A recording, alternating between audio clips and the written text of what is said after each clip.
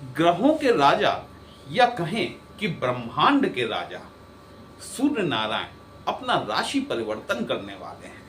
ये परिवर्तन न सिर्फ राशि का हो रहा है बल्कि नक्षत्र में भी परिवर्तन होने वाला है और हमारे वृश्चिक राशि और लग्न के जातकों के लिए अत्यंत महत्वपूर्ण परिवर्तन है ये, क्योंकि सूर्य आपके दशमेश होते हैं, आपके कर्म क्षेत्र के स्वामी होते हैं। 17 अगस्त 2025 के दिन ये अपना राशि परिवर्तन करेंगे और इसी के साथ अगस्त से लेकर सितंबर तक का ये जो आपका ब्रह्मांड में जो ग्रहों की रचना प्रकृति द्वारा रची जा रही है, ये आपके ऊपर किस प्रकार से काम करेगी वही हम लोग आज डिस्कस करने वाले हैं। नमस्कार दोस्तों, कैसे हैं आप सभी? मैं आपका ज्योतिष मित्र श्लोक वर्मा आपके अपने चैनल श्री हनुमंत कृपा में आपका हार्दिक स्वागत करता हूं, अभिनंदन करता हूं।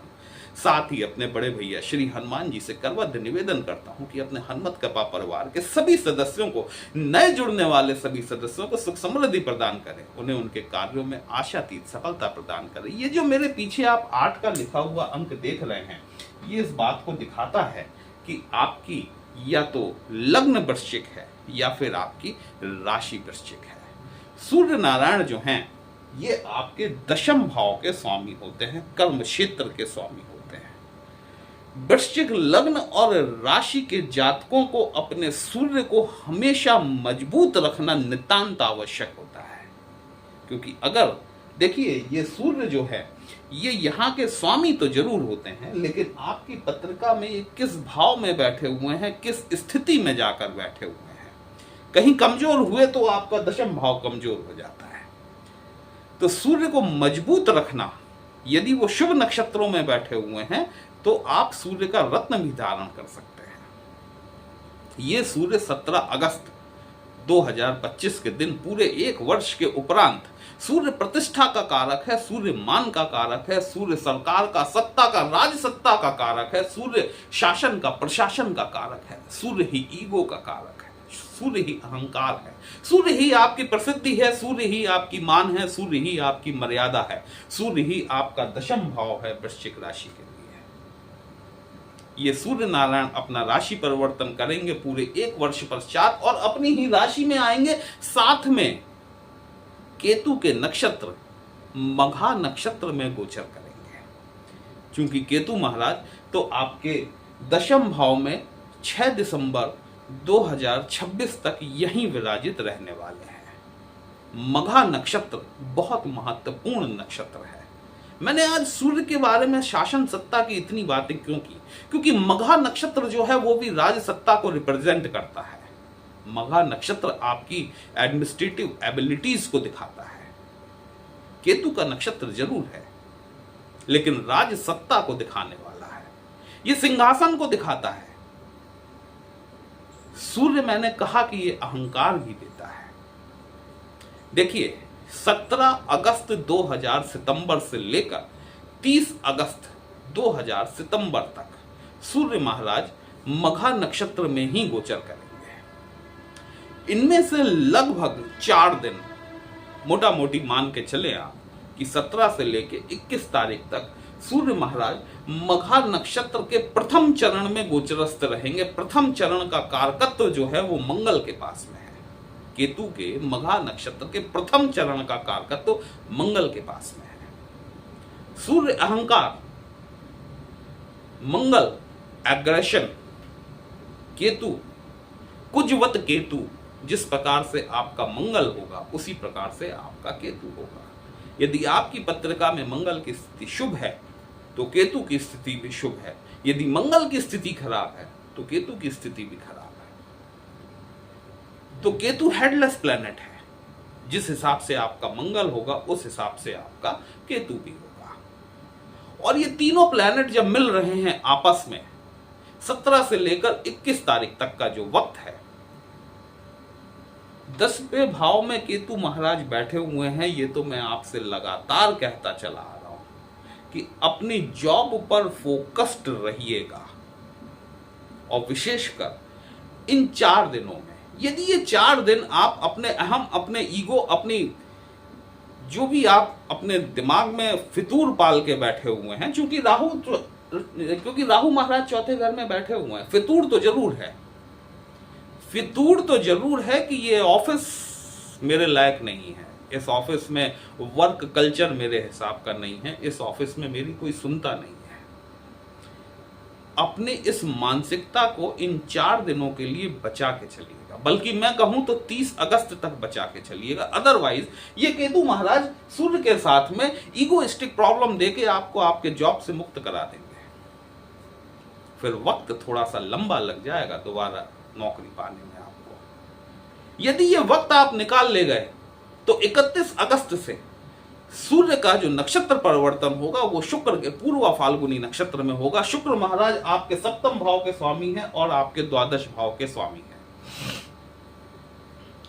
वृश्चिक लग्न में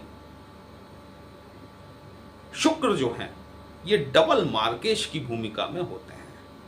यदि आपकी शुक्र की अंतर्दशा नहीं चल रही है तो ये सूर्य का जो ट्रांजिट हो रहा है आपके शुक्र के नक्षत्र में बहुत बढ़िया सफलता देने वाला हो सकता है। देखिए ये जो मैं जोड़ रहा हूं ना, ये तो ऐसा इसलिए, ये चूंकि हर राशि से संबंधित चीजों की थोड़ी चीजें अलग हो जाती हैं। अगर आपकी शुक्र की अंतर्दशा चल रही है, वृश्चिक राशि लग्न, यदि आपकी शुक्र की अंतर्दशा चल रही है तो आप ये मान के चलें कि शुक्र आपके डबल मार्केश हैं।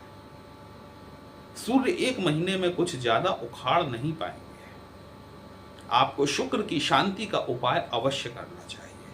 लेकिन यदि आपकी शुक्र की अंतर्दशा नहीं चल रही है, नो डाउट ये जो सूर्य महाराज का कार्य क्षेत्र में जो ट्रांजिट होने जा रहा है ये आपको मान सम्मान पद प्रतिष्ठा आपकी मर्यादा में असीमित तौर पर 1 माह के लिए आपकी वृद्धि करने वाला है। सूर्य की दी गई प्रसिद्धि लंबे समय तक कायम रहती है। राहु की प्रसिद्धि जैसे मिलती है वैसे ही चली जाती है, लेकिन जब सूर्य प्रसिद्धि देता है ना तो वो काफी लंबे समय तक आपके साथ स्टेबिलिटी के साथ बनी रहती है। वृश्चिक राशि और लग्न के वो जातक जो कि बहुत समय से यदि अपने लिए कोई सुचारू जॉब ढूंढ रहे थे जो उनके हिसाब की हो, अगर उनकी पत्रिका में केतु की स्थिति शुभ है, मंगल की स्थिति शुभ है, तो सूर्य का ये जो ट्रांजिट हो रहा है सूर्य का, ये निसंदेह तौर पर उन्हें उनके हिसाब की प्रोफाइल दिला सकता है। लेकिन यदि मंगल केतु की स्थिति ठीक नहीं है तो होल्ड करिएगा, अपने ईगो को थोड़े समय के लिए होल्ड करके चलिए, अदरवाइज जॉब छूट जाएगी। ठीक है, अगर आपकी पत्रिका में सूर्य बढ़िया स्थिति में है ना, बात समझिएगा, क्योंकि सूर्य के 10वें भाव के मालिक तो आपके सूर्य महाराज बनते हैं, लेकिन वो सूर्य इन 12 भावों में से कहां बैठे हुए हैं, किस स्थिति में बैठे हुए हैं, वो तो मुझे नहीं पता।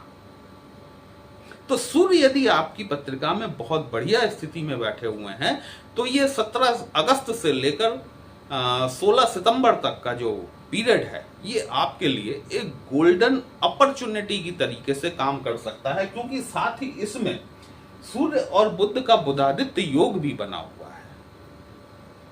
ये बुधादित्य योग, भले ही बुध आपके 8वें भाव के स्वामी होते हैं और एकादश भाव के स्वामी भी होते हैं, ठीक है, लाभ भाव के स्वामी होने के कारण बुध महाराज जो है वृश्चिक लग्न की पत्रिका में बाधकेश का रोल निभाते हैं। लेकिन अगर आपकी बुध की अंतर्दशा नहीं चल रही है तो ये आपको शुभ फल दे जाएंगे। ठीक है, अगर आपकी बुध की अंतर्दशा चल रही है तो बुध के मंत्र का जाप आपको अवश्य तौर पर ओम ब्राम ब्रीम ब्रोम सह बुधाय नमः ये जरूर करना चाहिए। साथ ही बुधवार के दिन गाय को हरा चारा आपको जरूर खिलाना चाहिए। मंगल महाराज जो हैं, ये मंगल महाराज वर्तमान परिस्थिति में जो कि आपके लग्नेश होते हैं, साथ ही साथ आपके 6वें घर के स्वामी भी होते हैं, एकादश भाव में जाकर बैठे हुए हैं, लाभ भाव में। मंगल यहां पर निश्चित तौर पर आपके लिए लाभ बढ़ाने का कार्य जरूर करने वाले हैं, क्योंकि मंगल की चौथी दृष्टि जो है 1 2 3 4, मंगल की चौथी दृष्टि आपके धन भाव पर पड़ती है, जो कि एक्यूमुलेटेड वेल्थ का हाउस होता है। परिवार का भाव होता है, कुटुंब का भाव होता है, आपकी वाणी का भाव होता है, चटपटे भोजन का भाव होता है। ठीक है। मंगल की जो सप्तम दृष्टि है वो आपके पंचम भाव पर पड़ती है। पंचम भाव में शनि महाराज आपके विद्यमान हैं। जो बच्चे इस दौर में जन्म लेंगे, कब तक? 15 सितंबर तक, उनके चार्ट में इंजीनियर बनने का परफेक्ट कॉम्बिनेशन अभी बना हुआ है। शनि मंगल की युति आपको बहुत बढ़िया इंजीनियर बनाती है। ठीक है।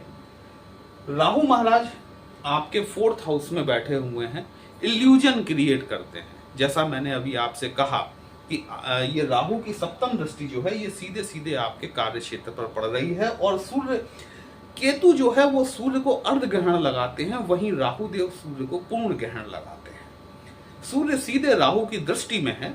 4 दिन फोकस्ड रहिएगा, और 4 दिन से ज्यादा 30 अगस्त तक यदि आप अपने जॉब पर फोकस कर ले जाते हैं, राहु के भ्रम जाल में नहीं फंसते हैं, तो निसंदेह ये जो 1 माह का पीरियड है ये आपको बहुत सुनहरी सफलता देने वाला हो सकता है। दोस्तों, क्या होता है कि प्रकृति हमारे लिए बहुत कुछ रचना रचती है, हम उन ग्रहों की भाषा को नहीं समझ पाते और उनके मायाजाल में फंस जाते हैं।